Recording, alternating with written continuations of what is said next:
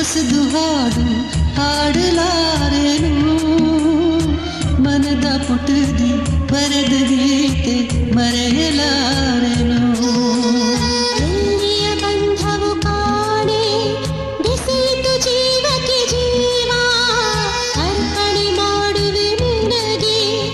ನನ್ನ ಹೃದಯದ ಭಾವ